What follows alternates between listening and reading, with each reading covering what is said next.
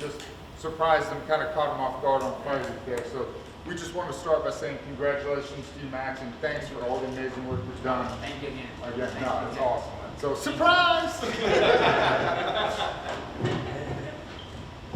Well, Max, obviously we got a fight to talk about, but we got to start there, right? I mean, it's a pretty high honor to receive, right? What's the feeling like? I mean, I'm all out of it, to be honest. You know, to hear that, and I mean, I told them not to do it. Like, they should have not surprised me fight week. It's kind of messed up. I got so many emotions already, and they dropped this bomb on me, you know. But at the end of the day, what I was telling them, you know, it's crazy because we just was talking about a community because they end up. Toyo Tires, they say, is donating 25 G's, right, to the charity of my choice. And I was just talking to my agent before this about working with. We just got something new. We're working with the Boys and Girls Club, specifically in where I born and raised in Waianae, Hawaii. You know, so. And then I'm going to give them the whole thing. There's this program called What's Next, and it helps people to find out what they want to do next, if it's college or military or whatever it may be, you know what I mean, internships, whatever it is, that's what it goes to. So that's where it's going. And it's you know, I know I saw Dustin want it like 2 months ago, you know, and they told me I want it for next year, so it's for this year, so it's just pretty sick, man, you know. And like I told them, it's not a trophy to hold above my head, you know. I'm not celebrating. I don't celebrate this. It's a responsibility to go on my shoulder to let me know, and it's a reminder to be like, you better keep pushing, you know. I'm more than an athlete, you know. This is bigger than me. There's people who need help, and we're here for it, you know. We always did work with Hawaii Food Bank with unemployment. We started doing stuff with Hawaii Food Bank, and we got something sick coming up with them. So we're just trying to do our bit, you know. A wise person once said to me, you know, as you want to leave this world better than when you came into it. So at the end of the day, this is huge. This helps us out a lot. I know a bunch of kids in Waianae and Boys and Girls Club, when they hear about that, they're going to be pretty stoked. So I'm excited. That's awesome. What does it mean for you to be like so connected to your community, man? I mean, I think like you represent your community, where that's not always the case with people and with athletes. What does that mean to you? It means a lot. It means a lot to me, man. You know, I got a car, like a bright color car, so it means a lot when I'm driving up the road and you see all the kids, same kids. It's shocking, like, Max, you know. It's amazing, you know. I just wanted to always show everybody. You know, you call me biased all you want, but we have some of the most talented people in the world to play sports, or even smartest people in the world. They just don't know it, you know, and they don't know that what is beyond Hawaii, you know. Like, they just see somebody that they look up to, their uncles or aunties, whatever it may be, and they saw how far they went. They never left Hawaii, you know. And then now you get guys that be like, oh my gosh, look, like I always tell them, if I can do it, why not you guys? Why not you guys? You guys not that far off. I told you guys multiple times, I'm not the best fighter coming out of Waianae, Hawaii. I'm not the most athletic, the best athlete coming out of Hawaii, you know. It's just, I was just at the right time, the right place, and I worked my butt off for it. So, you know, just giving people hope. That's what life's all about. That's awesome, man. Well, congratulations on the award. Obviously a big fight, right? Another main event. I mean, nothing new to you. What's fight week like for you at this point in your career? I mean, are there still nerves, excitement, responsibility? What's it like for you? I mean, yeah, for sure, you know, nerves and everything. I mean, we're coming on that hard part, you know, Thursday tomorrow with the weight cut, and then the fun part is always Saturday, you know. The fun part is Saturday in the afternoon. We get to buggy a little bit earlier in the afternoon than late at night than early in the morning, I would say. So life's good on that part, but it's just another one, you know. It's just another fight, man. We've been here so many times, you know. But I'll be lying to you, you know. I mean, any fighter would be lying to you if they tell you don't get nervous, you know. Of course you can get nervous. You're about to go out there, another man or woman, whoever you're fighting, whatever you are, it's gonna punch you in the face. So it's time to get ready for it, you know. What's the build up to this fight been like for you? Like, obviously you had to withdraw early in the year when it was scheduled. Was that a tough decision for you? I mean, we don't think about you pulling out of fights. Was that a tough one for you, or was it like there was no way I could fight? Bro, it was there was no way. Like, my coaches they all came together. We got a PT guy. I got one of the best PT guy. I got doctors that take care of me in Hawaii, and they was all like looking at me, like telling me, like, bro, you're not doing it. I was telling them, what is it, you know? And there's like, yeah, not this time, Max. So it's heartbreaking, because you guys all know me. I like fighting 3 times a year. Try to squeeze in a fourth, and it's only the second one of this year. So, slow and steady win the race, I guess sometimes, and well, here we are. So I'm excited. Was it important for you to keep the matchup together, or did it really matter to you if it was the same name or not? I didn't matter, I didn't care, like I said, I swear, I think you guys might all saw it.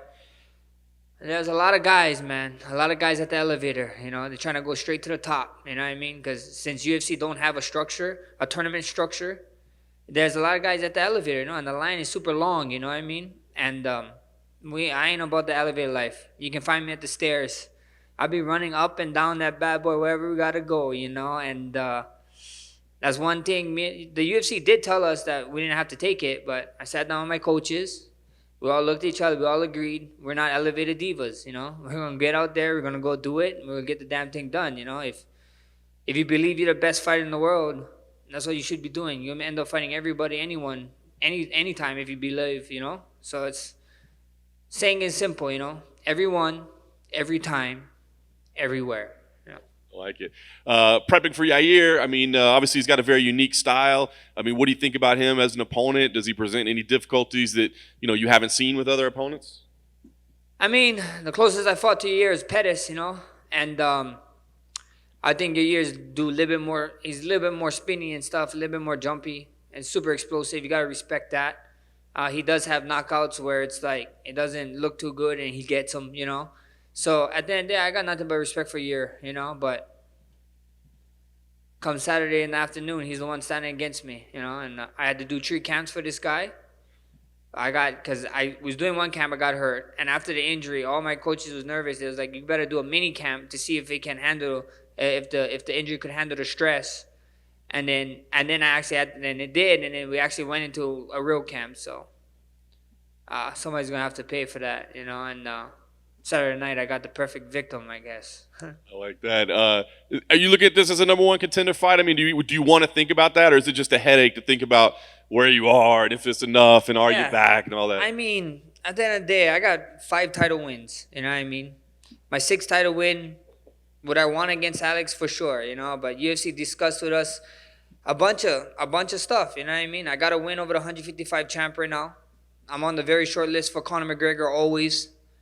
And, I'm the best boxer in the UFC. So, in the times like these, with these wild fights being made, let you guys use your guys' imagination. That's all I'm going to say about it. I like it. Options on the table. So talk to me. How does this fight go? Are you looking to go in there? Do you need to go in there and do something definitive, like get a dominating finish? Or do you think it's going to be a back and forth, kind of a fun battle type fight? What type of fight is this?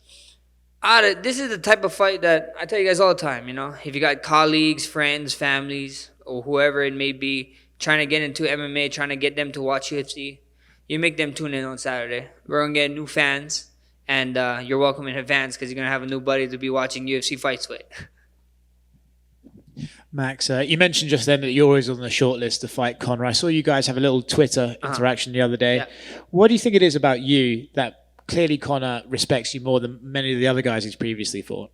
At the end of the day, me and Conor, like a lot of people see me and Conor chit-chatting back. Like Conor, I don't say nothing to Conor that I wouldn't say to a training partner, you know what I mean? And Conor don't say nothing to me that he wouldn't say to a training partner.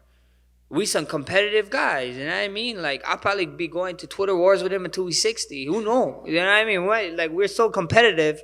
That's just how it is, you know what I mean? And I got nothing but respect for him, but it's just a competitive. We understand what it takes to be here and to actually compete at this level. And who doesn't like some banter? You know what I mean? Banter is always fun. We're in the business of entertainment too, so it's always good fun. I see the month March mentioned a few times, and you said then the UFC have come to you with multiple options. Have they actually spoke to you about maybe Conor in March, or is that some wishful thinking by you? I can't say nothing. All I can say is just be ready, man. Use you guys' imaginations because it's going to be a great ride.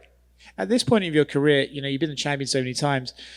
Are you kind of looking for those fights, the 155 fights, the Conor fights, rather than maybe just fighting Alexander again, who you feel like you've already defeated? At the end of the day, like I told you, man, I got 5 title fight wins. The 6th one beat him, but we see what happens. We see what happens. I can't give away too much. I can't give away too much. I'm here. We got Yair first. Task at hand. We could take care of him, and then on forward, whatever direction we go. Is the fight with Yair the puncher versus the kicker? Is it your boxing versus his spinny kicks? I mean, my last fight, I yelled, I'm the best boxer in the UFC, baby. So, I don't know. This fight, I might be yelling, I'm the best striker in the UFC, baby. We're about to find out, you know what I mean? Or maybe I yell, I'm the best grappler or best wrestler. Who knows? Who knows what you're going to see? Tune in. Come Saturday night. It's going to be a fun one. I just can't wait. Just as something is yelled. Something is being yelled. They took my man, DC, the number one contender and the baddest man on the planet. Because you're looking at the baddest man on the planet right now. They took him out of the he's not fight side anymore. He told me that they told him that he does a little bit too much favoritism. So I guess I got a chit chat with my man Michael Bisping gonna be there. So he's gonna be getting yelled at about something. What do you make about like Alex's suggestions that DC and the rest of the gang are a bit biased towards you? I mean, I don't know. They said what they said. I kind of heard of it, but at the end of the day, like, go rewatch after the fight period. You know what I mean? The CEO, the president of the UFC said what most people were saying. You know what I mean? So at the end of the day, that's just that's just people's opinions. You know what I mean? It's just people's opinions, and if you're getting hurt by people's opinions, you're in the wrong sport. Last thing for me, did you happen to see Daniel eating chicken fingers? Brother, oh my gosh, man. I saw Daniel eating chicken fingers. I saw him eating popcorn. He told me he went to the Dr. Pepper headquarters and they gave him some special ingredient one. I'm like, Daniel, you need to slow down, brother. I told you any weight, any time, but come on, man. Let's be reasonable. He's just trying to get that advantage on you, bro. He's just putting on the weight. I'm telling you. He's going to just try lay and pray on me. Oh, good. Thank you, guys.